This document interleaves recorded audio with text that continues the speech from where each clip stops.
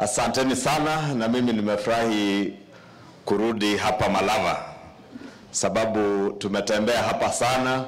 Huyu Ndakwa tumetembea na yeye, hawa MCAs wetu hapa wote, nafikiri nimetembea ward karibu 3 hapa Malava. Hata wakati tulikuwa na mbunge wetu aliyetuacha Mheshimiwa Malulu, pia tulikuwa tumetembea na yeye. Faruk tumetembea na yeye hafla mingi za empowerment na makanisa. Na nyinyi watu wa Malava ni wangwana ajabu. Nyinyi watu wazuri sana. Mimi sijaona watu wazuri kama wa Kabras. Watu wangwana, watu wakarimu na watu watulivu. Na mimi wakati namsikiza huyu Ndakwa akiongea, nikaona kweli ni kiongozi, na ni kiongozi mtulivu vile Mheshimiwa Malulu Ijendi alikuwa kiongozi mtulivu. Na padri ametuambia kazi ambayo ilianzishwa kwa hii kanisa ya St. Teresa walianzisha na Mheshimiwa Malulu Ijendi.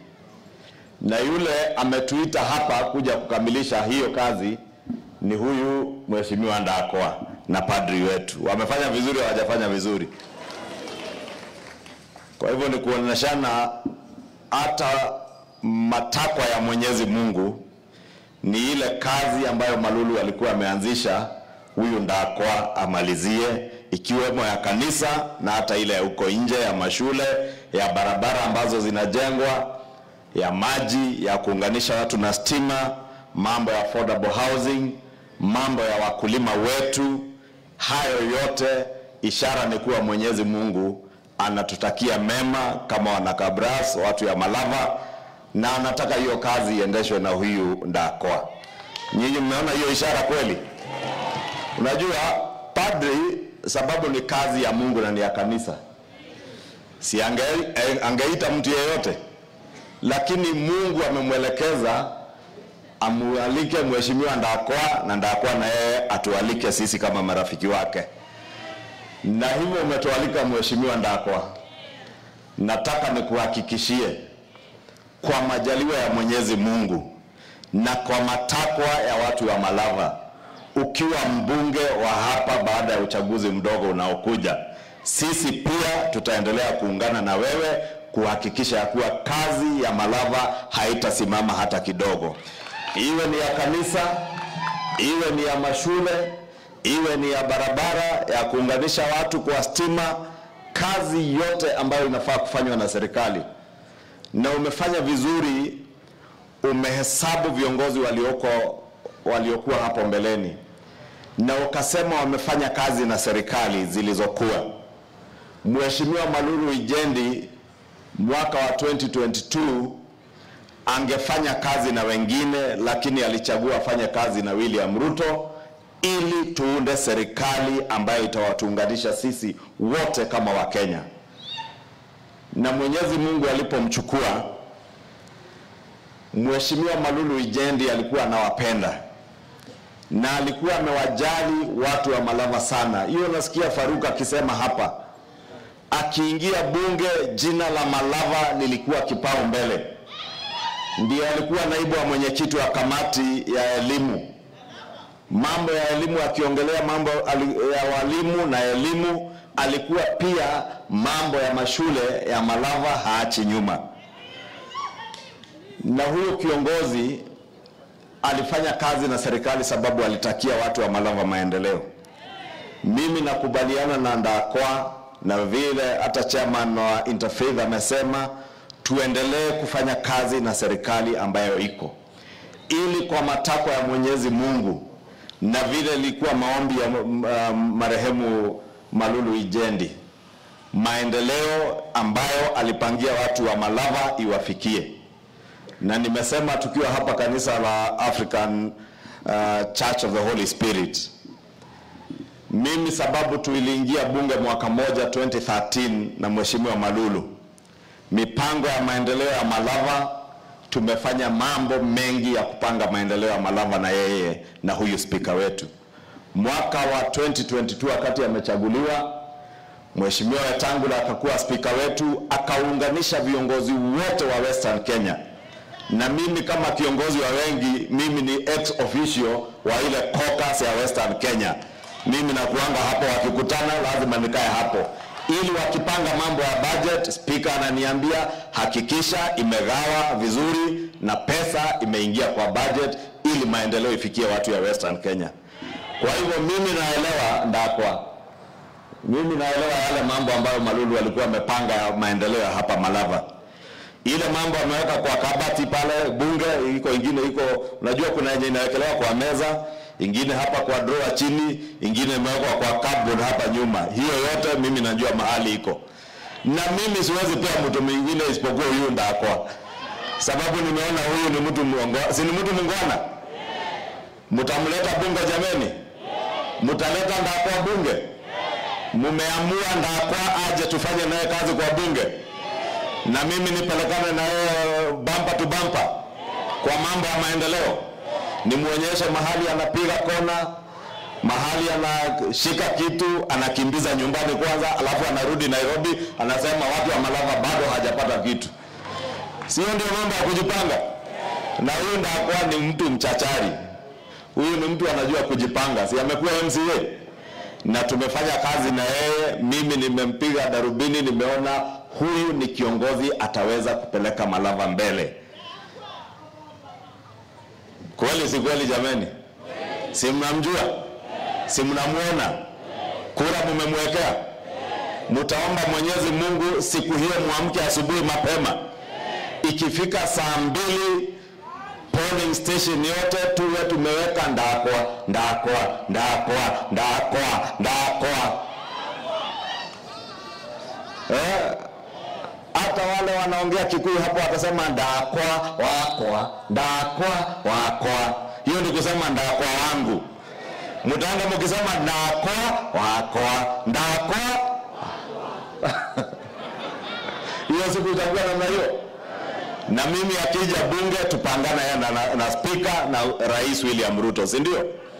Sababu Malulu Ijendi alikuwa ni rafiki wa karibu wa Mheshimiwa Rais. Mheshimiwa Rais najua atatembea hapa. Lakini hata tukiwa hapa tumekuwa naye huko Masaini, huko Narok, na tulimwambia jana usiku tutaamka mapema na speaker ili tuje tusome hapa Malava leo. Na akatuambia tukija tuwakumbushe yeye sio tu jirani, yeye ni ndugu na ni rafiki ya watu ya Malava. Na anawaomba kwa heshima mumpatie huyu Ndakwa waweze kukamilisha ile kazi ya maendeleo ambayo walipanga na Malulu hapa Malava. Tuko pamoja jameni? Tuendelee tusiendelee? Huyu Ndakwa amesema vizuri sana. Uongozi sio matusi. Uongozi sio uchochezi. Uongozi sio kugawanya watu. Na ni kweli ukiwa kiongozi ambaye kazi yako ni matusi, ni chuki, hasira, uchochezi na kugawanya watu, wewe sio kiongozi hata kidogo.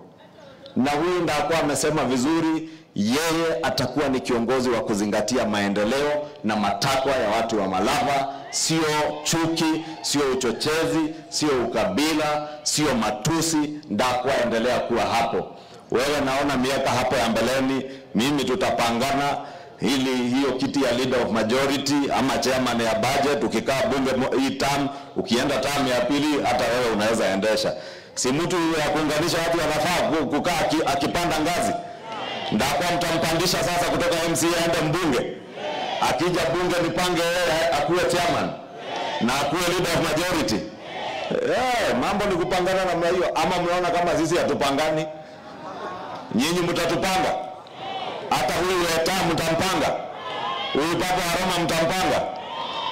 Na William Ruto mnampanga ya 2 term. Mnampanga ya 2 term ya 2027. Amalize yake hii term ya kwanza, aende term ya pili, tusaidiane na yeye na Mheshimiwa Mudavadi na Mheshimiwa Wetangula na viongozi wengine. Na hapo mbele nyinyi watu wa Western, ile kazi Wetangula ameanzisha ya kuunganisha viongozi wa Western, mukae kama mmeungana namna hiyo, tupangane hapo mbele hapo 2032. Na mimi nikipiga darubini vizuri na huwa sikosei sana. Ile kubwa ni rahisi sana, itoke hapa Rift Valley ikuja hapa Western. Inawezekana, haiwezekani? Mtajipanga? Sasa mumeamua sisi wote saa hii tukae kwa serikali? Mumeamua? La mwisho, Mheshimiwa Spika, sababu uko hapa na tuko kwa kanisa la Katoliki, ni washukuru nyinyi wana Katoliki sana, sababu mmekuwa mbele sana mambo ya kukinga mambo ya jamii na familia zetu nchini Kenya. Na Mheshimiwa Spika, unaelewa ya kuwa tulipitisha mswada kati ya miswada 8 ambazo rais alitia sahihi wiki iliyopita. Mswada mmoja ambao ni wa matumizi mabaya ya kompyuta na mitandao ya kijamii. Na kati ya malengo ya hiyo sheria ni kukinga kanisa dhidi ya dini potovu ama cultic behavior and religious extremism. Lengo la pili na muhimu sana, padri, lilikuwa ni lengo la kulinda familia zetu kutokana na mambo potovu ya ngono na maonyesho ya ngono kwa mitandao, pornography.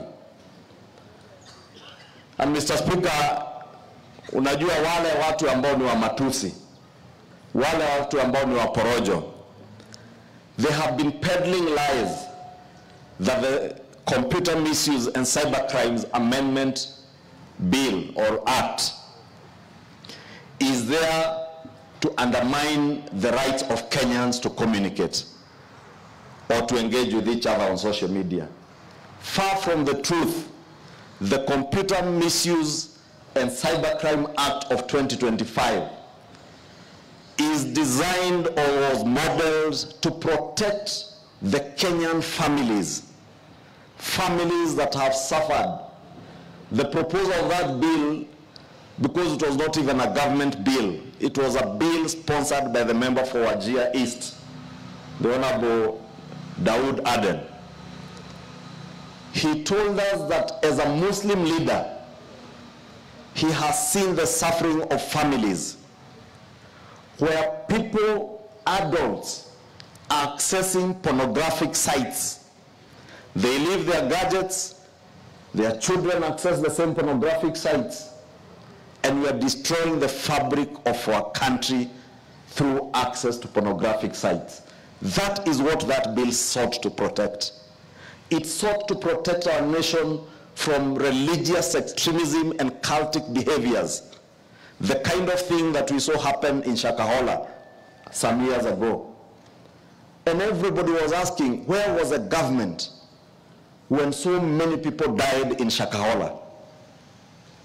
Leaders in the National Assembly took it upon themselves to pass a law that will ensure we do not use our websites or our digital space to recruit terrorists, to eneza ama to spread religious extremism, or even to encourage children and adults to access pornographic sites. And when you see that bill outlawing or saying that the commission that is set out in that bill can pull down a website, it is those websites that are spreading pornographic content that can be pulled down. If you have a business website, if you have a website to educate Kenyans, nobody will pull it down. But we cannot allow pornographic content to go unfiltered, to go without sanctions, and that is what that law sought to protect. And Honorable Speaker, I must thank you, because when you presided over the debate of that bill, and I was seated there throughout, not a single member of parliament objected to that bill, because we all knew we are protecting our children, the children of Kenya, from the kind of bad things that we have seen online. Sio haki ya kuwa tuwafungulie watoto wetu mambo ya pornography. Na ikisemekana hiyo mitandao inaonyesha pornography ifungwe, wengine wanaleta mambo ya uongo kusema hii bill iko namna hii, iko namna hii. Na ndio niliomba juzi, tafadhali tuwe watu wa kusema ukweli, sababu tunaweza soma ile bill It is now an act of parliament. You will see it causes no harm to anybody other than protecting the children of our country and protecting the social fabric of our nation. Kwa hiyo mengi mimi sitaki kusema zaidi. Nimesikia Faruk amenunulia watoto mkate pale, na mimi nimeona iko warembo wa secondary naona pale. Na mimi